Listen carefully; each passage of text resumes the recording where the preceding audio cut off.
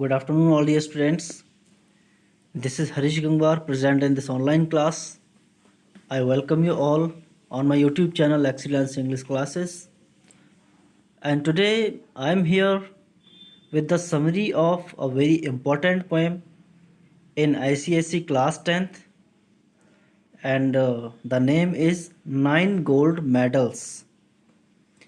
Nine Gold Medals is very heart-touching and pathetic poem in which it has been told that in a game only winning is not important. Sometimes we have to stop for others also. तो इस poem में ये बहुत अच्छे से दिखाया गया है, बताया गया है. तो चलिए इसकी समरी मैं आज आप लोगों को बताता हूँ. The poem Nine Gold Medals depicts the participation of differently abled athletes in the Special Olympics. And now the word has been shown here, the Special Olympics. Special means these Olympics or any kind of that is associated with special. It is meant that these kind of things are for differently abled people who are abnormal. मतलब जो एक normal life नहीं जी पाते हैं, उनमें कुछ ना कुछ डिफरेंट एबिलिटी होती है, या कोई बॉडी से उनको कोई प्रॉब्लम होता है किसी एक लिम्ब से, तो वो सभी के लिए जो भी चीज़ रखी जाती है, कोई भी चीज़ जिसमें पार्टिसिपेट करते हैं, वेदर इट इज़ एजुकेशन और it is any kind of game, then it is called special Olympics. It means इसमें कुछ डिफरेंटली एबल्ड लोगों के बारे में बताया गया है. Such athletes have come from several countries to participate in various sports events. और ऐसे एथलीट्स, सच एथलीट्स मीन्स कैसे एथलीट्स, जो डिफरेंटली एबल्ड हैं, मतलब जो नॉर्मल नहीं है जैसे और सभी लोग चलते फिरते हैं. किसी को हाथ में प्रॉब्लम है, किसी का हाथ हैंडीकैप्ड है, मतलब वो किसी न किसी वे में हैंडीकैप्ड है.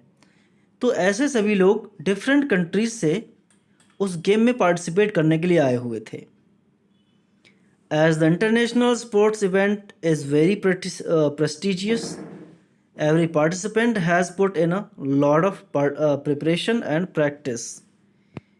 तो ये एक इंटरनेशनल स्पोर्ट्स था और बहुत प्रेस्टिजियस रैंक का था, इसलिए जितने भी पार्टिसिपेंट थे, all of the participants were preparing very well. They were sweating, यानी पसीना बहा रहे थे, अपना प्रैक्टिस कर रहे थे लगातार. No one wants to spare any pains for winning a medal, gold, silver और bronze. यानी कोई भी इंसान, कोई भी पार्टिसिपेंट उसमें कोई कसर नहीं छोड़ना चाहता था. किस लिए? क्योंकि उन्हें एक उम्मीद थी कि हम एक मेडल जीतेंगे, weather it is gold, silver और ब्रॉन्ज, चाहे गोल्ड हो, सिल्वर हो या ब्रॉन्ज हो, बट मेडल जीतने के लिए ही सभी लोग हार्डवर्क कर रहे थे, परस्पिरेशन कर रहे थे. तो आगे क्या होता है? The poem shows the scene of the last event, the 100-मीटर रेस. इट मीन्स जो कुछ इवेंट्स थी, टोटल इवेंट्स, उसमें से सब इवेंट्स हो चुकी थी, and it was the last event and it was the 100-मीटर race. The race is about to begin. The spectators are as excited as the participants. Spectators मतलब जितने भी वहाँ पर देखने वाले थे, व्यूअर्स, वो सभी बहुत ज़्यादा एक्साइटेड थे, और वही एक्साइटमेंट उन प्लेयर्स में देखने को मिलता था, उन एथलीट्स में देखने को मिलता था. The names of the participants are announced. 9 young athletes take their position at the starting blocks. और 9 लोगों के, यानी 9 पार्टिसिपेंट्स के नाम पुकारे जाते हैं, उनको अनाउंस किया जाता है उनका नाम, and they are ready to take part in 100-meter race. When the signal is given with the pistol fire, they begin to run fast. And signal pistol fire से दिया जाता है और सभी लोग दौड़ने लगते हैं. बट उस पॉइंट पे होता क्या है? One of the participants, the youngest of them, stumbles, staggers and falls on the track. उन 9 पार्टिसिपेंट्स में से एक यंगेस्ट सबसे छोटा था, तो क्या हुआ, वो लड़खड़ाकर गिर गया, ट्रैक पर ही गिर जाता है. He is more in mental anguish than in physical pain. Mental anguish than in physical pain means मतलब उसकी बॉडी को इतना ज़्यादा हर्ट नहीं हुआ, बट गिर जाने से उसको ऐसा लगा कि मेरे जितने सारे सपने थे सब चूर हो गए, कि अब मैं इस रेस में कभी जीत नहीं पाऊंगा. मेंटल एंग्विश यानी उसको मेंटल पेन बहुत था, उसके माइंड में सारी चीज़ें घूमने लगीं. चोट लगने का उसे इतना ज़्यादा अफसोस नहीं था, बट वो सारी चीज़ें रिमाइंड होने लगती हैं माइंड में, क्या मैं इसीलिए यहाँ पर आया था, गिरने के लिए और रेस को हारने के लिए. तो सारी बातें सोचने लगता है. और इस लाइन से पूरा पता चल जाता है कि उसकी फीलिंग्स क्या थी. He gave out a cry of frustration and anguish. Frustration and anguish. Anguish मतलब उसकी वरी, चिंता. Frustration, his dreams and his efforts dashed in the dirt. यानी उतनी जितनी उसकी उम्मीदें थीं, जितनी उसकी कोशिशें, उसके एफर्ट्स थे, वो सभी धूल में मिल गए, यानी सब कुछ बेकार हो गया. It is here at this point that something unexpected, something unusual and something surprising happens. और यहीं पर ये सब कुछ एकदम हटकर सबसे अलग होता है. अनएक्सपेक्टेड यानी जिसकी कभी उम्मीद ही नहीं थी, जो हिस्ट्री में पहले कभी नहीं हुआ, स्पोर्ट्स की हिस्ट्री में पहले कभी नहीं हुआ, वो आज हुआ, मतलब इस पोएम के through. The remaining 8 contestants stop and look back at the fallen contestant.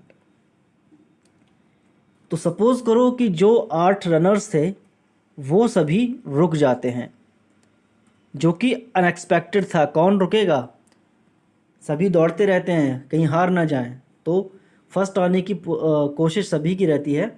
But यहाँ पर क्या होता है कि वो सभी 8 लोग रुक जाते हैं और जो कंटेस्टेंट गिर जाता है उसकी तरफ देखते हैं. Instead of continuing the race they come back to help their fellow contestant. मतलब रेस को कंटिन्यू करने के बजाय वो सभी अपने फेलो कंटेस्टेंट को हेल्प करने के लिए वापस आते हैं. Then they all join hands and walk hand in hand to the finishing line. तो अब वो लोग दौड़ते नहीं हैं race. All of 9 contestants join their hands and they are walking not running till the finish line. वो सभी हाथ में हाथ डालकर फिनिश लाइन तक एक साथ जाते हैं. ना कोई फर्स्ट आया, ना कोई सेकंड, ना कोई लास्ट. एक साथ सभी लोग लाइन को क्रॉस करते हैं. एंड दैट्स वाई उन सभी 9 लोगों को 9 गोल्ड मेडल्स मिले. इसीलिए पोएम का नाम 9 गोल्ड मेडल्स है. तो टाइटल इसका इस पोएम को सूट करता है. But the poem is about humanity and help of others instead of our own success. हमारी सफलता के बजाय दूसरों की हेल्प करना. The audience is stunned. तो ऑडियंस बिल्कुल स्टन्ड यानी बिल्कुल हैरान रह जाती है, सरप्राइज रह जाती है कि ये क्या हुआ जो पहले कभी नहीं हुआ.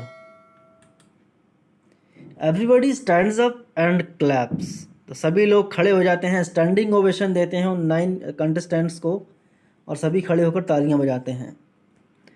There are 9 winners instead of 1 and each one is awarded a gold medal. तो सभी लोगों ने एक साथ लाइन को क्रॉस किया, इसीलिए पूरे के पूरे 9 को विनर्स माना गया और सभी को एक एक गोल्ड मेडल दिया गया.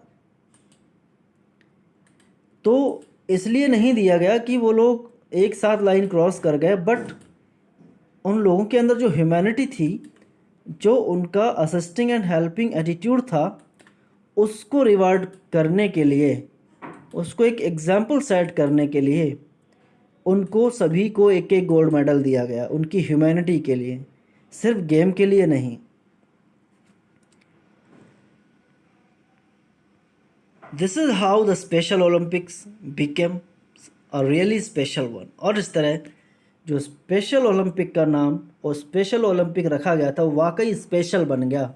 तो वो ओलंपिक रियल में एक स्पेशल ओलंपिक बन जाता है। स्पेशल क्यों? क्योंकि ऐसा हुआ उस ओलंपिक में जो पहले कभी नहीं हुआ। Through this imaginary situation the poet wants us to learn to be empathetic. यानी इस इमेजिनरी सिचुएशन में पोएट क्या कहना चाहता है, मतलब क्या है, ये जो पोएम है कोई रियल इंसिडेंस नहीं है, ना कोई रियल इवेंट से इसका कोई कनेक्शन है, बट ये इमेजिनरी है। जो पोएम हम लोगों को एक लर्निंग देना चाहता है, एक सीख देना चाहता है कि हम लोग एम्पैथेटिक बने दूसरों के लिए। अब सिंपैथेटिक भी हो सकता था यहाँ पर, लेकिन एम्पैथेटिक दिया हुआ है। But then what is the meaning between sympathetic and empathetic, empathy and sympathy? The meaning is the kind of help or assistance you give to other. Sympathy means this, you are saying to other, you are consoling him that everything will be good. किसी को आप console करते हैं, उसको बढ़ावा देते हैं कि अरे सब कुछ ठीक होगा, परेशान मत हो, धैर्य रखो। तो ये तो सिंपैथी दिखाना होता है।